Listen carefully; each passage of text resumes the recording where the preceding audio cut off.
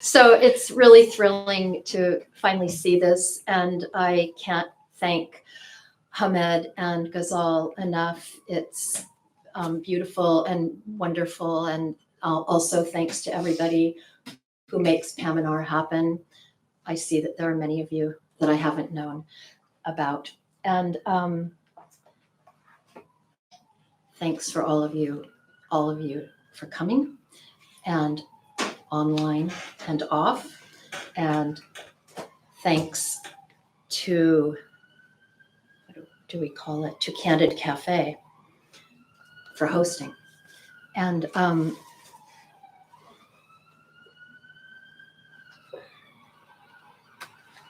that's enough of that. But I'm really looking forward to hearing the other readers. And I'm really happy we're all here in this place. And what is this book? Where did it come from? Incredible.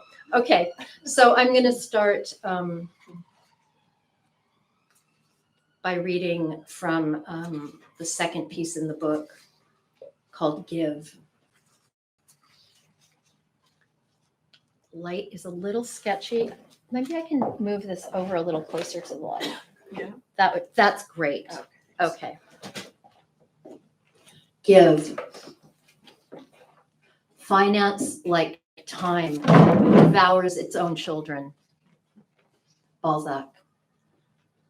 All things are an equal exchange for fire, and fire for all things, as goods are for gold, and gold for goods.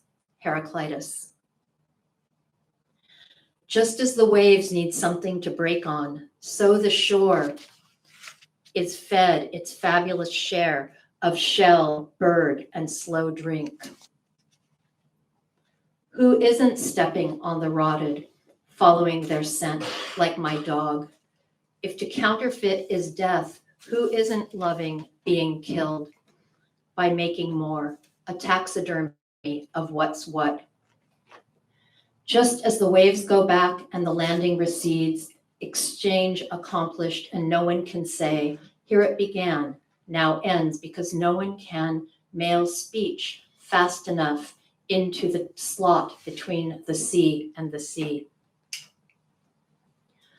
Just as money changes hands, you'll see the tide is in debt to shore, shore at threat of thug waves, languish in pleasures of supine submission. 2-story high, tree on its side, tribute to the Queen of Sands. Open palmed, it only exists when passed from one to next. But you are not there when I reach that cove. Manacle me to the hope of retribution as repayment, and I will love the you've wrought. Shore sighs as you revoke. Waves pummel hope of transfer. If I did, how would I know? X's reciprocal shine, mirror spark. I wanted to give a present, but just then the missile at the Nike missile base rose from the ground, signaling a time of canceled gifts. Just as when I was 15 and wanted to bestow on a beloved, but thinking I had nothing, bought a white baby rat and was surprised by his surprise. Money is a surrogate pregnancy passed from one womb to another uterus, use, or any house for commerce. I wanted to give, but it looked like keeping. Silent shore, crenelet, recede, low tide, concession, give and give back, the numbers uncountable, I bought or stole a bar of sun. Strode out and returned tick-laden, arthritic the day acrostic. I needed an arbiter, I needed a money changer, I needed someone who could count. I couldn't count but could sweep up the change and mail it to the kids my age in the photos. Needed a vigor that could fall forward and away. I wanted to start or continue something rolling. Supplier-client relations already in play. I made young donations. I have to sleep now, head on sand. Please leave, this shore has no more yield, as if all's well as sites of exchange exit only as an idea afloat out there exists only in being used. So when the tide is saving, its secrecy makes a profit. Private, shell game, covenant, hand it over. If you want a boundless grammar, Cambio is your passport. Visit the denominations window. We share the empty waiting in the wrong line. Who does not quantify? Who does not count their fallow assets, plow their soil under deeper? Surf the double coincidence of wants, and you will cast the handhold wide. And the fantasy that it's measurable will compost in my backyard, no longer mine. We will eat our waste in separate salad resurrections.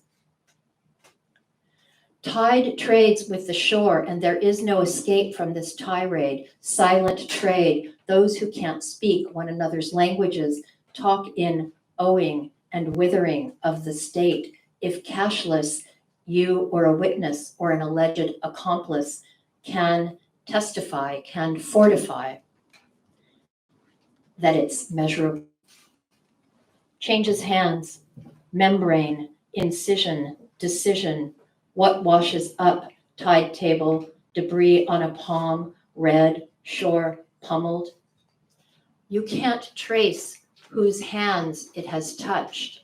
Such secret genealogy hides history. Murder gets away with. Borrowing is lending. In need of a single word for buy is sell. I need to be benighted by the benign. Drink it up. Was snowing salt drifts on the ground, bees feeding on snow, snow bees changing weather into honey, from stone to salt to snow to the apple core shape in which the bees appear. I need an infinity sign in neon to believe in. Spending is speaking, as if the sea needs salt to stay awake all night, as if the sea itself can't. If your title is too great, too heavy to carry, exchange it for silver, fish, shell, bead, water, shore, salt, scrim. I'd cry and swim if I thought those cheers would rouse you.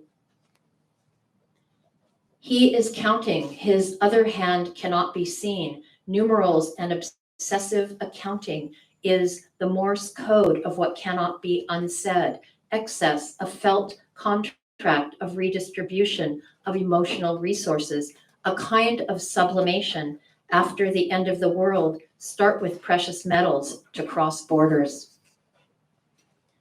Say preppers and survivalists, if you need food and I have food, and you tell me you can trade gold or silver, I'll laugh in your face and tell you to hit the road. I can't eat, drink, wear, or live in your gold. Hit the road or saltway via salaria, the salterns, the salt routes, salt highways and salt pans, trade routes, ancient roads and tracks. Who eats salt without meat or tomatoes? Fingers in the jar. If I were to march in Richardson and you slept next to me as if nearby, would you call it a deal? Would you dream as a dealer? Not me, mine is awake in the blue gold hour. Apparently the waves grab birds from the sky, and the sky supplies pace to the sea, like movie music, a common destiny. Not all partnerships are nation states, united by the same currency. I used to be money, now I'm first. Writing was in sand, now it reads washed up bone or bag. To reduce the possibility of forgery, the behavior and the behaved must merge in what the sea has seen, has said, when you weren't looking, were sleep speaking. Stop there with that one.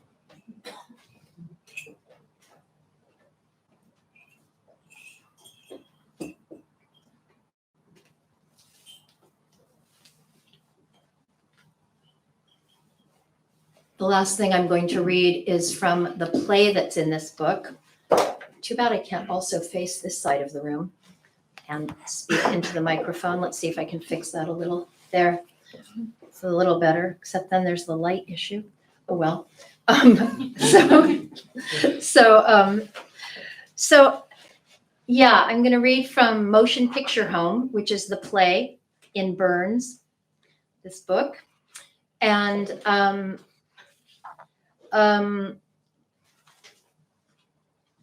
Motion Picture Home is a play that tries to interrogate what a play is and what a human is doing on a stage. And as I stand here, I'm going to read you the last paragraph of the notes about the play, and then launch in. In 1988, my grandfather died in the Motion Picture Home, now renamed the Motion Picture and Television Fund. So yes, the play is named after that actual place, but of course it has everything and nothing to do with that actual place. He was a conductor and music supervisor at Universal Studios for 25 years. Among many other works, he scored and conducted the music for the Benny Goodman story and the Glenn Miller story. Short bursts of the soundtracks from these are in the play. Many stars have spent their last years at the Motion Picture Home, as have less famous people from behind the scenes of the industry.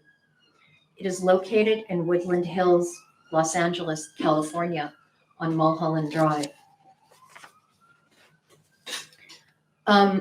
Here's who's in the play. Voiceover 1, 2, 3, and 4. All the voiceovers take place off stage, and there are some recorded voices and some that are actually spoken off stage. Then there's a teleprompter, which is as both a machine. They used to be a big object, and that was on the stage. A machine with a screen and live voice, and also as a live voice character. There's the Time Lord, Sir Sandford Fleming, inventor of standardized time. He actually was British, so he has an English accent. You'll hear this. There's a woman, and she is the only one who comes on stage of the humans. There's a little dog, and so other than the woman, the play is spoken live off stage. So here's how the play begins. First few pages. Dark on stage. Teleprompter lights up and continuously scrolls these words on its monitor screen. And all the motion came home, and all the moving parts came to rest. Stage lights come up, and the set can be seen. A big TV monitor sits near the back, and a slide of a big touch-tone phone, the keypad has large digits for sight impaired, is projected on the back wall. The sound of TV static, a channel gone off the air.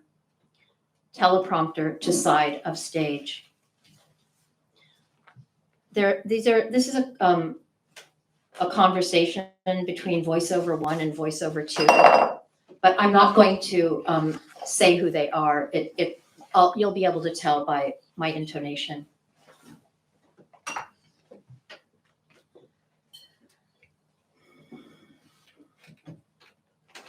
Was that the final time? No. Rest keeps refusing to be final, keeps being interrupted. I want to see rest. Can you make it visible? As visible as, you're too hungry for action. It's like an anorexia for motion. Get dressed. Orders? All dialogue is assignments. So you expect me to respond? Listen, I know how to shut you up. Tell me everything. You might think I am. You will expect to see something as usual. You will think I'm giving you something to see. Now get ready for bed. Teleprompter. Come on, get dressed, get ready for bed, put on your rain boots, not orders, schedules, itineraries. This is how the train runs. This is how the water boils. This is how I, the teleprompter, tell and tell and tell and tell. She lives in a house near the sea. She goes into it. The air is warm. One man lives there, but is never, and then part of the play starts over. So I'm going to play you some of the voiceover, the recordings of the voiceovers that happen later in the play.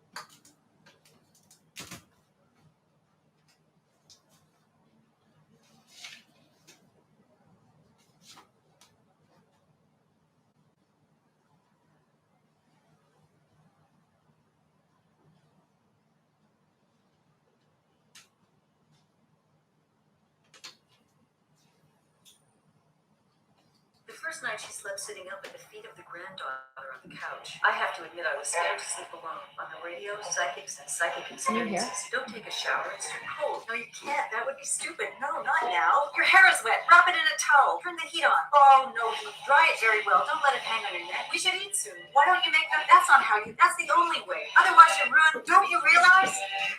I was your eyes, but no longer do I lend you sight. Meaning you arranged your own exile to live.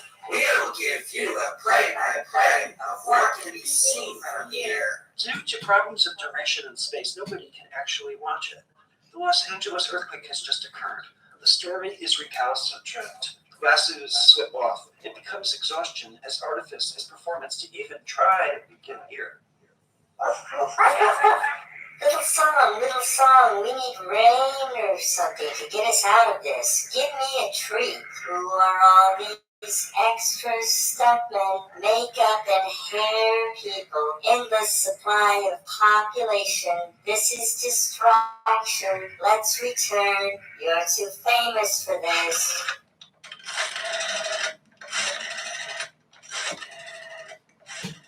Incidentally, a few years ago, when it was still a bright color, I cut off a hunk of my hair and put it in tissue paper in a drawer in the bathroom. Next time you're here, I'll give it to you. You can put it next to a picture of me.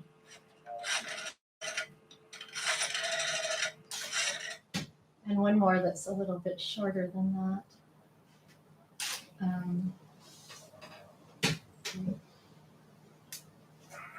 This is a song called By Script.